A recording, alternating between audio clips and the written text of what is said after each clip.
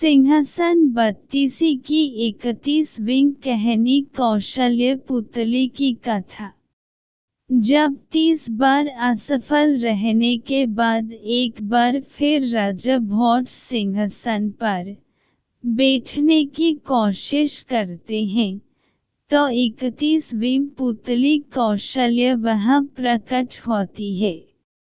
वह राजा भोज से कहती है, इस सिंहासन पर तुम तभी बैठ सकते हो जब राजा विक्रमादित्य जैसे गुण तुम में हो। इसके साथ ही 31वीं पुतली राजा भोज को राजा विक्रमादित्य की एक कहानी सुनती है, जो इस प्रकार है।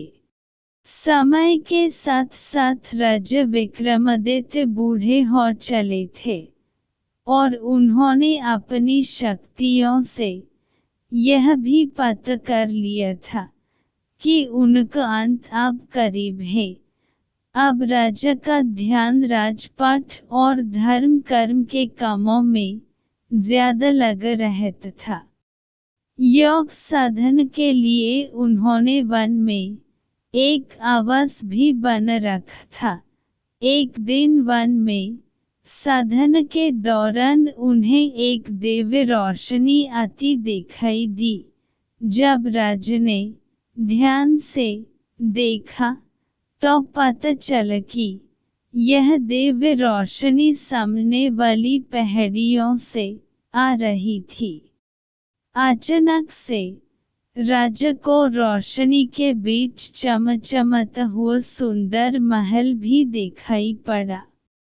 इस सुंदर महल को दूर से देखने के बाद राजा को उस महल को पास से देखने की इच्छा हुई।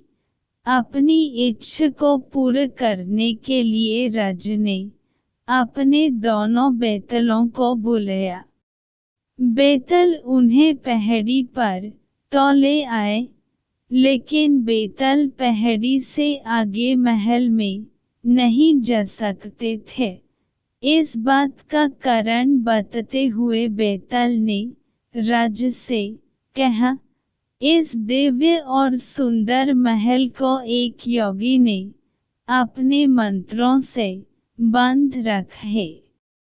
इसके अंदर वो ही जा सकता है जिसने अपने अच्छे कर्मों से उस योगी से ज्यादा पुण्य कमाया हो।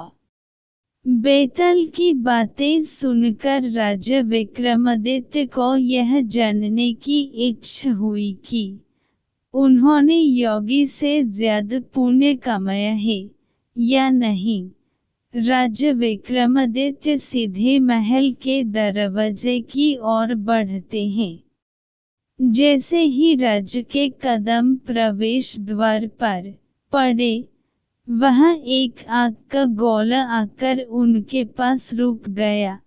इसके बाद महल के अंदर से आज्ञा भरी आवाज सुनाई पड़ी और वो आग का गोला राजा के पास से पीछे हट गया। जब राजा विक्रम ने महल के अंदर प्रवेश किया, तो उस आवाज ने राजा से उनका परिचय मांगते हुए कहा, सब कुछ सच बताओ, वरना आने वाले को श्राप देकर भस्म कर दिया जाएगा। उस योगी ने राजा से उनका परिचय मांगा। राजा ने कहा कि मैं विक्रमादित्य हूँ। नाम सुनते ही योगी ने कहा, मैं भाग्यशाली हूँ जो आपके दर्शन हुए। योगी ने राजा का आदर सत्कार किया और उनसे कुछ मांगने को कहा। राजा ने योगी की बात का मान रखते हुए उनसे वो अद्भुत महल मांग लिया। योगी ने राजा की इच्छा को जानते हुए वो महल राजा को सौंप दिया और वन में चले गए। योगी जब वन में भटक रहे थे, तब उनकी मुलाकात उनके अपने गुरु से हुई। गुरु ने योगी को इस हाल में देखकर वन में भटकने का कारण जानना चाहा, तो वह बोले कि मैंने अपना महल राजा विक्रमादित्य को दान कर दिया। योगी की इस बात पर गुरु ने हंसते हुए कहा, धरती के सबसे बड़े धनी को तुम क्या दान करोगे? ब्राह्मण के रूप में जाकर विक्रमादित्य से अपना महल फिर से मांग लो। अपने गुरु की बात मानकर योगी ब्राह्मण वेश में राज्य के साधन वाले स्थान पर पहुंच गया और उनसे रहने के लिए जगह देने की प्रार्थना की। राजा विक्रम समझ गए थे कि ब्राह्मण वेश में वो योगी है। राजा ने उनसे अपनी मनपसंद जगह मांगने के लिए कहा, तो योगी ने उनसे वही महल मांगा जो उसने राजा को दान किया था। राजा विक्रम ने मुस्कुराते हुए कहा, मैं वह महल वैसा का वैसा छोड़कर उसी समय आ गया था। मैंने तो बस तुम्हारी परीक्षा लेने के लिए वह महल मांगा था। इस कहानी के बाद भी 31वीं पुतली ने अपनी कहानी खत्म नहीं की। वह आगे बोली, राजा विक्रमादित्य में देवताओं से बढ़कर गुण थे। वे इंद्रसन के अधिकारी माने जाते थे, लेकिन सच तो यह है कि वो देवता नहीं मानव थे, जिन्होंने मृत्यु लोक में जन्म लिया था। पुतली ने आगे कहा कि राजा ने एक दिन अपना देह त्याग दिया। राजा की मृत्यु के बाद प्रजा में हाहाकार मच गया। उनकी प्रजा दुख से रोने लगी। जब राजा का अंतिम संस्कार होने वाला था, तब उनकी सारी रानियां चिता पर सती होने के लिए बैठ गईं।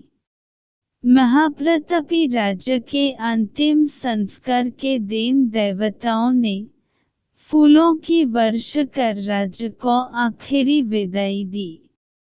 राजा के बाद उनके बड़े पुत्र का राजतिलक हुआ और उसे राजा घोषित किया गया, मगर वह अपने पिता के सिंहासन पर नहीं बैठ पाया, जिसका कारण वो समझ नहीं पा रहा था।